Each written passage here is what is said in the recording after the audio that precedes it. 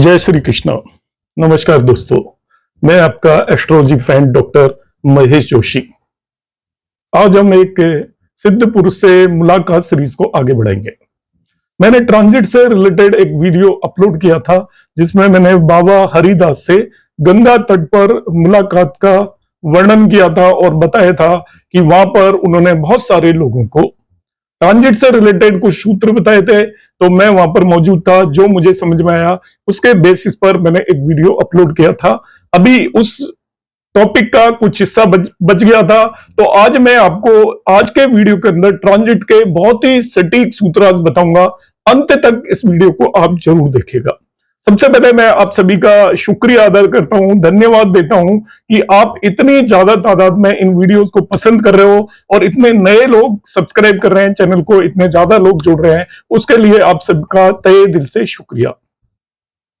दोस्तों, मेरे पास राहुल कुमार जी ने बिहार से एक प्रश्न भेजा कि सर, आप जो भी वीडियोस बनाते हो उसमें आप हरे कृष्णा, जय श्री कृष्णा ये क्यों बोलते हो, इसका कोई विशेष कारण है क्या?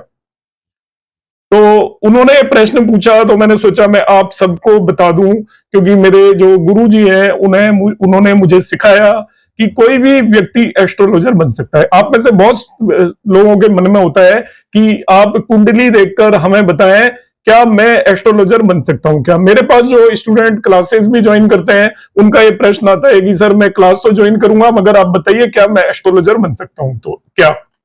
तो ये बहुत स्वाभाविक सवाल है। तो हमारे गुरुजी के पास जब भी जो लोग आया करते थे तो गुरुजी से वो बहुत सारे लोग यही प्रश्न पूछते थे कि क्या मैं एस्ट्रोलॉजर बन सकता हूं क्या।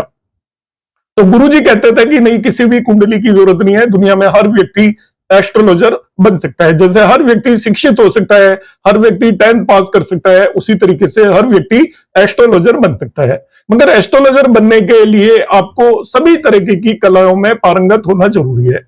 आपका दिमाग चारों तरफ डायरेक्शन में खुला होना चाहिए, आपको सब तरह की बातें समझ में आनी चाहिए। साम दाम दंड भेद जिसे बोलते हैं हम। आपको देश काल परिस्थिति समझ में आना चाहिए, आपको यह हेतु समझ में आना चाहिए कि कोई भी व्यक्ति आपके पास आया है वो किस लिए आया है। ग्रहों के कॉम्बिनेशन को एनालाइज करने की आपके अंदर कैपेबिलिटी होनी चाहिए, समझ होनी चाहिए हर चीज को, क्योंकि जैसा लिखा है यदि आप उसी बेसिस पर चलेंगे तो आपको पूरी तरीके से एस्ट्रोलॉजर नहीं हो सकते। आप में वाक चातुर्य होना चाहिए, मतलब आपके कम्युनिकेटिव स्किल्स भी बहुत स्ट्रोंग होनी चाहिए, क्योंकि आपने यदि कुंडली में कुछ देखा उसे वैसे के वैसे ही यदि किसी व्यक्ति को बता दिया तो वो भी उचित नहीं है। बताने का एक प्रॉपर तरीका होना चाहिए और आपको उस व्यक्ति को संतुष्ट कर उस व्यक्ति को समझा बुझाकर भेजने की आपके अंदर कैपेबिलिटी होनी चाहिए। तो सभी आप विधाओं में जब पारंगत होंगे तभी आप एस्ट्रोलॉजी कर पाएंगे। एस्ट्रोलॉजी के देवता बहुत सारे लोग केतु को समझते हैं, फिर केतु के जो गुरुदेव हैं वो गणेश जी को समझते हैं। वो है अथर्ववेद में से आया एस्ट्रोलॉजी और उसके अंदर हम गणेश जी को मानते हैं। मगर जो हमारे गुरुजी कहते थे वो कहते थे कि सर्व देवों में सबसे ज्यादा जो एस्ट्रोलॉजी के इंपॉर्टेंट भगवान है वो भगवान श्री कृष्ण है।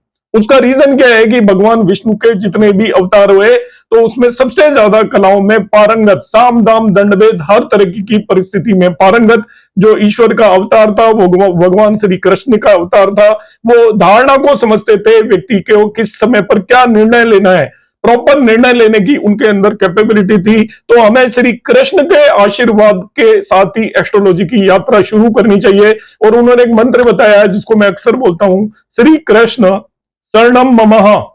आप कृष्ण की शरण में चले गए, आप अपने आप में पूर्ण ज्योतिषी बन गए। आपको यदि आप किसी कुंडली को नहीं भी देखते हो और कृष्ण की शरण में रहते हो तभी भी जो व्यक्ति आएगा उसके बारे में आप अधिकतर प्रेडिक्शंस बगैर किसी कुंडली के भी दे सकते हो, यह उनका कहना था। तो उसके बाद से मैं श्री कृष्ण का हमेशा ध्यान रखता हूं। तो वीडियोस में भी मैं शुरुआत इसी तरीके से करता हूं जिससे कि मेरा मैसेज आप सभी लोगों के पास पहुंच पाए। ये एक पर्टिकुलर बिंदु पर मैंने बताया। आज की जो मेरी क्लास का टॉपिक है वो जो मेरी ज्योतिष यात्रा है उसमें हरिदास बाबा ने जो मुझे ज्योतिष के ट्रांजिट के गोचर के जो सूत्र बताए उस पर बेस में एक कंप्लीट वीडियो बना चुका हूं। आप में से यदि किसी ने नहीं देखा हो तो वो देख सकता है, वो एक बहुत बेहतरीन और कंप्लीट वीडियो है। अब आते हैं हम आज के टॉपिक पर। एडिशनल में आपको आज क्या बताने वाला हूं उसके अंदर। देखिए, जब हम कुंडली को देखते हैं तो कुंडली को देखने के दो पर्सपेक्टिव होते हैं। एक इंसान दो चीजों को देखना चाहता है, एक तो शरीर से रिलेटेड इवेंट्स को, मेरी बीमारी कब ठीक होगी, मेरी नौकरी कब लगेगी, मेरे को खाने के लिए कब अच्छा मिलेगा, मकान कब अच्छा मिलेगा, मैरिज कब होगी, ये आपकी लग्न से रिलेटेड इवेंट होते हैं। मगर इन सभी का जो स्वाद है वो चंद्रमा लेता है। मन से रिलेटेड इवेंट होंगे, आपकी शादी होगी मगर जो उसका आनंद महसूस आपका शरीर नहीं बल्कि मन करेगा। आप मकान खरीदोगे वो शरीर के लिए खरीदोगे क्योंकि उसके अंदर शरीर जाकर रहेगा, मगर उसका आनंद महसूस करेगा आपका मन। मन का मतलब चंद्रमा। तो यहाँ पर दो इंपॉर्टेंट लग्नाज हैं और ट्रांजिट के अंदर इन दोनों लग्नाज को देखा जाता है। आप शास्त्रों में पढ़ोगे तो चंद्रमा से आप ट्रांजिट को हम अक्सर देखते हैं, लग्न से भी आप देख सकते हो और किसी ग्रह से भी देख सकते हो, कोई इंकार नहीं है, मगर चंद्रमा से देखने को सबसे ज्यादा प्रिफर किया गया है। अब चंद्रमा से देखने को प्रिफर किया गया है तो हम क्या करेंगे, आपको मैं एक ट्रांजिट का इतना बेहतरीन और सटीक सूत्र बता रहा हूं जिसे आप बिल्कुल भी ना भूलें। यदि आप किसी भी तरीके की एस्ट्रोलॉजी में बिलीव करते हैं तो आप देखते हैं अक्सर वीडियो जब भी प्लेनेट एक राशि से दूसरी राशि में कोई भी जाता है तो हमारे यूट्यूब पर मेरे जैसे बहुत सारे लोग वीडियोस बनाते हैं और वहां पर तांता लग जाता है, कोई कुछ बता रहा होता है, कोई कुछ बता रहा होता है, मगर मैं आपको बहुत सामान्य सा सूत्र बताता हूं। आप ट्रांजिट को अक्सर लग्न की बजाय चंद्रमा से देखिए। आप प्योर ट्रांजिट देख रहे हैं तो आप दशाओं को लगा रहे हैं, बाकी सब चीजों को लगा रहे हैं, तब आप लग्न से देखिए। मगर आप केवल ट्रांजिट के बेस पर डिसाइड करना चाहते हो कि अब आपका आगे का समय कैसा जाएगा, आपका समय अच्छा या बुरा तो नहीं जाने वाला है, तब आप चंद्रमा से देखिए। आप देखिए आपके चंद्रमा से 12वें भाव में कोई भी ग्रह क्यों ना ट्रांजिट कर रहा हो, वो आपके लिए ट्रबल्स लेकर ही आएगा। सिंपल सूत्र है, मून से 12th हाउस में जाकर देख लीजिएगा। बाकी सभी भावों के अंदर आपके ट्रांजिट वाले ग्रह अच्छे और बुरे परिणाम दोनों तरीके के परिणाम देते हैं। जैसे अब मैं शनि को लूं तो शनि चंद्रमा से 3, 6, 11वें भाव के अंदर अच्छे रिजल्ट देता है, बाकी भावों के अंदर खराब रिजल्ट देता है। मगर जो सबसे खराब रिजल्ट प्लेनेट देते हैं, सभी प्लेनेट जिस पर्टिकुलर भाव में खराब रिजल्ट देते हैं वो आपको चेक करना है। आप अपनी कुंडली के चंद्रमा को फिक्स कर लीजिए वो किस राशि में बैठा हुआ है। अब आप ध्यान रखिए, कोई भी ट्रांजिट वाला ग्रह चंद्रमा से पिछली राशि के अंदर जब भी गोचर में आएगा वो आपके लिए डेफिनेटली ट्रबल्स लेकर आएगा, और ट्रबल्स के अंदर आपकी मेंटल पीस में हानि होगी, आपको लॉसेस होंगे, इस तरीके का नुकसान होगा। फाइनेंशियल लॉसेस नहीं, आपके दोस्त दूर जा सकते हैं, आपके कोई नियर डियर दूर जा सकते हैं, इस तरीके के नुकसान और लॉसेस होंगे जो आपको मेंटल ट्रबल देंगे। बीच में मेरा एक मैसेज, मेरा मैरिज एस्ट्रोलॉजी का एक कोर्स शुरू होने वाला है 1 अगस्त से, जो कंप्लीट मैरिज एस्ट्रोलॉजी है। अराउंड 15 क्लासेस होंगी। आप यदि ज्वाइन करना चाहते हो तो मेरा नंबर है 9013798899 पर आप व्हाट्सएप मैसेज करके उसकी बाकी जानकारी ले सकते हो। और बर्थ टाइम रेक्टिफिकेशन का मेरा ऐसा दावा है कि मैं ही कराता हूं, वो 15 अगस्त से शुरू होगा। आप में से जो लोग इंटरेस्टेड हैं वो मेरे नंबर पर कांटेक्ट कर सकते हैं। अब देखिए, जब भी चंद्रमा से 12वें भाव के अंदर कोई भी प्लेनेट आया, चाहे आपका जुपिटर आया, देखिए जुपिटर के ट्रांजिट को सब लोग अच्छा मानकर चलते हैं, मगर जुपिटर भी चंद्रमा से 12वें भाव के अंदर यदि ट्रांजिट में आएगा वो आपका अच्छा बिल्कुल भी नहीं करने वाला है। वो आपको पर्सनली प्रॉब्लम देगा, आपको बॉडीली प्रॉब्लम देगा। वीनस भी आया जिसे हम बेनिफिक प्लेनेट मानकर चलते हैं, वो भी 12वें भाव के अंदर। तो आप यदि ट्रांजिट के नियमों को पढ़ोगे तो कोई सा भी प्लेनेट आपके 12वें भाव के अंदर अच्छे परिणाम नहीं देता। तो हमारी जब भी जन्म कुंडली देखिए, आप अपनी कुंडली लगाइए, आपको ऐसे आए बाएं ट्रांजिट देखने की जरूरत बिल्कुल भी नहीं है। आप देख लीजिएगा, अपने चंद्रमा को फिक्स करिएगा, और जब भी आप देखते हो कोई भी प्लेनेट 12th हाउस में है, आप थोड़ा केयरफुल हो जाए, आपको लॉसेज आएंगे। और 12th हाउस में नहीं है तो कोई बात नहीं है। अब आता है दूसरा बहुत इंपॉर्टेंट पार्ट। जनरली देखिए, ट्रांजिट के नियमों को पढ़ेंगे तो अलग अलग ग्रह चंद्रमा से अलग अलग भावों के अंदर अच्छे और बुरे परिणाम देते हैं। मगर ये अच्छे और बुरे परिणाम देखकर हम ये मानकर चलते हैं कि अच्छे परिणाम का मतलब पता नहीं क्या अच्छा हो जाएगा, और बुरे परिणाम का मतलब हम ये मानकर चलते हैं पता नहीं क्या बुरा हो जाएगा। तो पहले इस चीज को स्पष्ट करें कि एस्ट्रोलॉजी में अच्छे और बुरे परिणाम का मतलब क्या होता है। एस्ट्रोलॉजी में अच्छे परिणाम को आप ये बिल्कुल भी मत मानकर चलिए कि वो अच्छे परिणाम देगा तो पता नहीं आपको क्या सफलता दे देगा, बिल्कुल नहीं। अच्छे परिणाम का मतलब होता है कि आपको अपॉर्चुनिटीज मिलेंगी, बस अपॉर्चुनिटीज आपको खुद ग्रैब करनी पड़ेंगी। अपॉर्चुनिटी आपको मिल गई, इसके बाद मौका जो मिला उस पर आपको काम खुद करना पड़ेगा, तभी आपको सफलता मिलेगी। बगैर आपको एफर्ट किए अच्छे परिणाम में भी सफलता नहीं मिलती है। एग्जाम्पल के लिए मैं बताता हूं, आप कहीं किसी काम से गए किसी जगह पर जहां पर बहुत भीड़ होती है, मगर आपको पता चला आपका वहां पर कोई रिश्तेदार मिल गया। अब रिश्तेदार ने आपकी वहां पर मदद कर दी और आपको और लोगों की तरह परेशान हुए बगैर आपका काम निकल गया, ये अच्छा परिणाम है। मगर काम तो आपका होना था, मगर आपको वहां पर मदद मिली, उसकी वजह से आपको काम में एफर्ट नहीं करना पड़ा। आप घर पर आए तो आपका मन संतुष्ट हुआ और आपको लगा कि हाँ भाई ये मेरा काम आसानी से हो गया। बुरे परिणाम को समझे। बुरे परिणाम का मतलब ये नहीं है कि आपके साथ कोई बहुत बुरा हो जाएगा। बुरा परिणाम इससे बिल्कुल अपोजिट है। आप किसी ऑफिस के अंदर गए किसी काम से, वहां पर जब गए तो वहां पर जो व्यक्ति बैठा था उसने आपके पेपर्स में 4 कमी निकाल दी।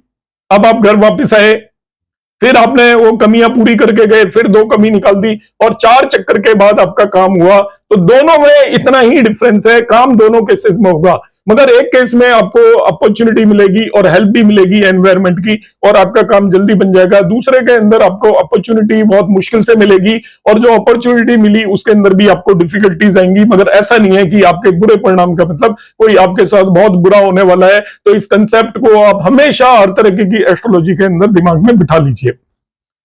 अब ट्रांजिट का दूसरा मैं नियम बताने वाला हूं कि हम ये कहते हैं कि सर्टेन प्लैनेट सर्टेन भावों में अच्छे परिणाम देते हैं। मैं सपोज मान लेता हूं राहु को, तो तीसरे, छठे और 11वें भाव में अच्छे परिणाम देता है राहु। सपोज मैं मान लेता हूं जुपिटर को, तो पहले, दूसरे, 5वें, 7वें, 9वें, 10वें, 11वें भाव में वो अच्छे रिजल्ट देता है, बाकी भावों में खराब रिजल्ट देता है। तो क्या वो सब जगह पर खराब देगा? बाकी जगह पर इतने खराब देगा कि हम परेशान हो जाएंगे। तो मैं आपको 2 बहुत सटीक नियम बता रहा हूं, आपको बहुत ज्यादा डिटेल में जाने की जरूरत नहीं है। खराब रिजल्ट एक्सट्रीमली 12वें भाव में ही देंगे सभी प्लेनेट, और साथ ही साथ एक और मैं भाव बताऊंगा, वहां पर सभी प्लेनेट आपको खराब रिजल्ट, मतलब डिफरेंट डिफरेंट प्लेनेट के लिए एक और भाव होगा, वहां पर वो खराब रिजल्ट देंगे। तो कुंडली का 12वां आपके चंद्रमा से 12वें भाव के अंदर कोई भी प्लेनेट ट्रांजिट कर रहा है वो आपको प्रॉब्लम करेगा। सैटर्न, शनि जब चंद्रमा के ऊपर ट्रांजिट करेगा तो वो आपके सबसे ज्यादा नेगेटिव रिजल्ट देगा। बहुत सारे भावों में शनि नेगेटिव रिजल्ट देता है, मगर आपको जो सावधान होने की जरूरत है, परेशानी क्रिएट करेगा वो जब आपके चंद्रमा के ऊपर ट्रांजिट करेगा। नियम नंबर 1। अब आ जाता हूं मैं सूर्य पर। जब भी सूर्य आपके चंद्रमा से त्रिकोण में 5वें भाव के अंदर ट्रांजिट करेगा, तो आप देख लीजिएगा आपकी कुंडली के अंदर सूर्य चंद्रमा से 5वें या 12वें भाव के अंदर ट्रांजिट कर रहा है, तो सूर्य आपको प्रॉब्लम्स, ट्रबल्स, डिफिकल्टीज क्रिएट करेगा हर हर केस में। इसी तरीके से तीसरा प्लेनेट में ले लेता हूं, इसके बाद खुद चंद्रमा। चंद्रमा आपको बहुत सारे भावों के अंदर अच्छे और बुरे परिणाम देता है, मगर उसके सबसे नेगेटिव आपको असर मिलेंगे जहां पर आपका चंद्रमा प्लेस्ड है, उससे 8वें भाव में यदि आपका ट्रांजिट वाला चंद्रमा जा रहा है तो वो आपको सबसे ज्यादा ट्रबल्स क्रिएट करेगा। चंद्रमा के बाद आ जाता है आपका मार्स, मंगल। तो मंगल को आप देख लीजिएगा, आपका चंद्रमा जहां पर भी बैठा है उससे 7वें भाव में जब भी मंगल ट्रांजिट करेगा, उसका ट्रांजिट आपके लिए बहुत ज्यादा खराब होने वाला है। उस समय पर आपको सावधान होने की जरूरत है कि आपका मार्स 7th हाउस में ट्रांजिट कर रहा है मून से, तो वो आपको बहुत ज्यादा प्रॉब्लम्स क्रिएट करेगा। प्रॉब्लम कैसी क्रिएट करेगा इस पर भी हम डिस्कशन करेंगे आने वाली बात में, मगर अभी आप ये देख लीजिएगा वो प्रॉब्लम क्रिएट करेगा। इसके बाद आ जाता है आपका बुध। तो मरकरी जब भी आपके चंद्रमा से 2nd भाव से जब भी ट्रांजिट करेगा, 2nd हाउस से ट्रांजिट करेगा, तो वो आपको सबसे ज्यादा प्रॉब्लम देने वाला है। 12th में तो प्रॉब्लम देता ही है, तो देखिए मरकरी का भी 7.5 हो गई। मरकरी 12th हाउस में भी ट्रबल देगा जब भी ट्रांजिट करेगा, और 2nd में तो बहुत ज्यादा ट्रबल देने वाला है, मैक्सिमम ट्रबल देने वाला है जब चंद्रमा से दूसरे भाव के अंदर मरकरी ट्रांजिट करेगा। मरकरी के बाद आ जाता है आपका जुपिटर।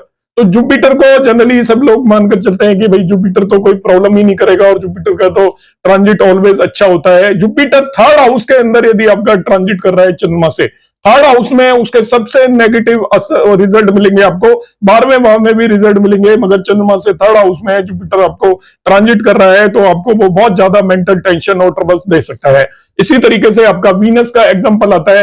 वीनस जनरली ट्रांजिट ज्यादातर भावों में अच्छा होता है, मगर 6ठे भाव में यदि आपका शुक्र ट्रांजिट कर रहा है, 6th हाउस के अंदर शुक्र ट्रांजिट कर रहा है, और 12वें भाव 6 और 12 में जब शुक्र का ट्रांजिट होता है, 2 भावों में नेगेटिव होता है, मगर 6ठे भाव में वो सबसे ज्यादा नेगेटिव होता है। शुक्र के बाद शनि मैंने बता दिया, जब भी आपके मून के ऊपर ट्रांजिट करेगा तब प्रॉब्लम क्रिएट करेगा। तो आप जब भी ट्रांजिट को देखते हो, आप ओवरऑल जब कोई भी ग्रह आपकी राशि परिवर्तित करता है, तो इन चीजों पर, मेरे 2 नियमों पर आप ध्यान रखिएगा। 2 बिल्कुल सिंपल से नियम है। पहला नियम यह है, कोई भी प्लेनेट जब आपके नेटल मून से कुंडली में जहां भी चंद्रमा बैठा है, उससे 12वें भाव के अंदर जब भी ट्रांजिट में आएगा, तो हर एक प्लेनेट आपके लिए प्रॉब्लम्स क्रिएट करेगा। चाहे कोई सा भी प्लेनेट हो, तो आपके चंद्रमा से 12वें भाव में जब भी कोई प्लेनेट आए, तो आपको सावधान होना चाहिए। इसी तरीके से आपके बाकी प्लेनेट के लिए एक एक भाव और है जहां पर कि वो सबसे ज्यादा प्रॉब्लम क्रिएट कर देता है। इसका कारण जो बताया वो हरिदास बाबा ने बताया कि हमारा कोई भी प्लेनेट ऐसा मानकर चलते हैं कि आपके चंद्रमा से ऊर्जा लेकर जाता है। जब आपकी कुंडली के लिए जब भी कोई भी प्लेनेट आता है, तो आपकी कुंडली में चंद्रमा मतलब आपके मन से मिलकर वो जाता है और वो आपके हिसाब से बनकर जाता है और सारी की सारी ऊर्जा लेता है जब वो चंद्रमा पर होता है। और चंद्रमा से जैसे जैसे आगे बढ़ता चला जाता है, उसकी ऊर्जा कम होती जाती है, कम होती जाती है, और जब 12वें भाव में पहुंच जाता है, तो उसकी ऊर्जा बिल्कुल खत्म हो चुकी होती है। एक तरीके से जैसे हम घर से एक मोबाइल लेकर जाते हैं, फुल्ली चार्ज लेकर जाते हैं घर से, चार्जर से चार्ज करके, और शाम को जब हम ऑफिस वापस आते हैं, तो मोबाइल के अंदर जो बैटरी है वो नहीं के बराबर हो जाती है। तो जब उसकी ऊर्जा बिल्कुल कम होती है, तो उस पर्टिकुलर टाइम पर वो प्लेनेट आपके लिए बहुत खतरनाक और डेंजरस स्थिति में आ जाता है, इसलिए वो वहां पर परिणाम खराब देता है। उम्मीद है आपको कंसेप्ट समझ में आया होगा। वीडियो जैसा भी लगे आप कमेंट बॉक्स में जरूर कमेंट करिएगा। नमस्कार, धन्यवाद, हरे कृष्णा।